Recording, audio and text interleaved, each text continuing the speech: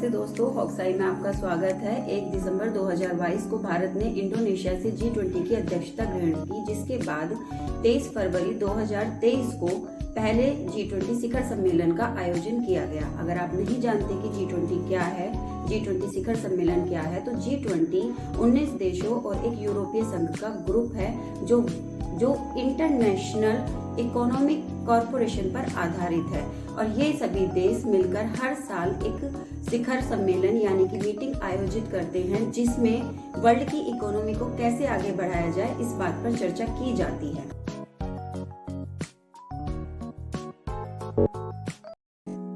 17 अप्रैल 2023 को वाराणसी में 100वीं बैठक का आयोजन किया गया, जिसमें G20 देशों के वैज्ञानिकों ने यानी कि कृषि वैज्ञानिकों ने भाग लिया। कृषि वैज्ञानिकों ने मिलेट्स यानी कि मोटे अनाज पर ज्यादा ध्यान दिया और उसे खाने में इस्तेमाल करने की सलाह भी दी और कृषि वैज्ञानिकों को भोजन में मिलेट्स को परोसा भी गया। उन्होंने लचीली खाद्य प्रणाली पर और कृषि पर भी ध्यान देने की बात की। उसी दिन गोवा में दूसरा हेल्थ वर्किंग ग्रुप, हैदराबाद में दूसरा डिजिटल इकोनॉमी वर्किंग ग्रुप और शिलोंग में space economy leaders pre workers meeting भी आयोजित की गई, यानी कि अब तक 103 मीटिंग्स ऑर्गेनाइज हो चुकी हैं। सबसे अहम बात कि सभी मेहमानों के सामने भारतीय संस्कृति को कल्चरल प्रोग्राम्स के माध्यम से दिखाया गया, जिसमें गंगा जी की आरती मेन अट्रैक्शन का पॉइंट रही। सभी मेहमानों ने गंगा जी की आरती को खूब एंजॉय किया।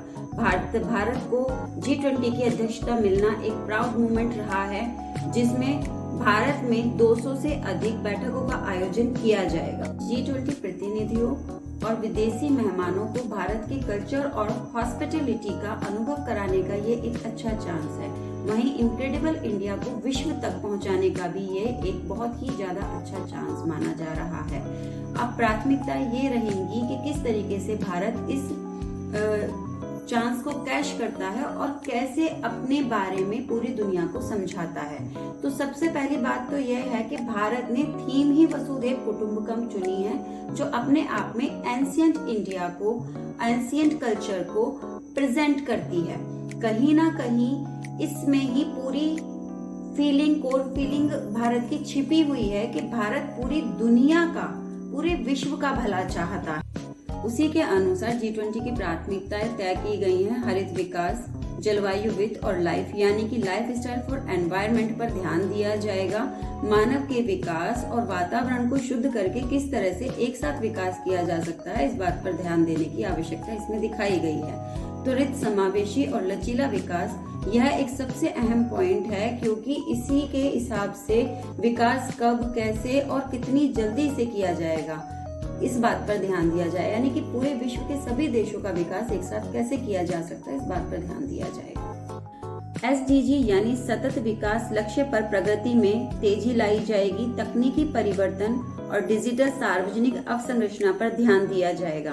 21वीं सदी के बहुपक्षीय संस्थानों पर भी ध्यान दिया जाएगा। महिलाओं के नेतृत्व के विकास पर जोर दिया जाएगा। भारत के दृष्टिकोण में समावेशी, महत्वाकांक्षी, निर्णायक और कार्रवाई उन्मुख G20 का एक अभिन्न अंग है, जैसा कि PM मोदी ने 2022 में बाली शिखर सम्मेलन में रेखांकित किया था।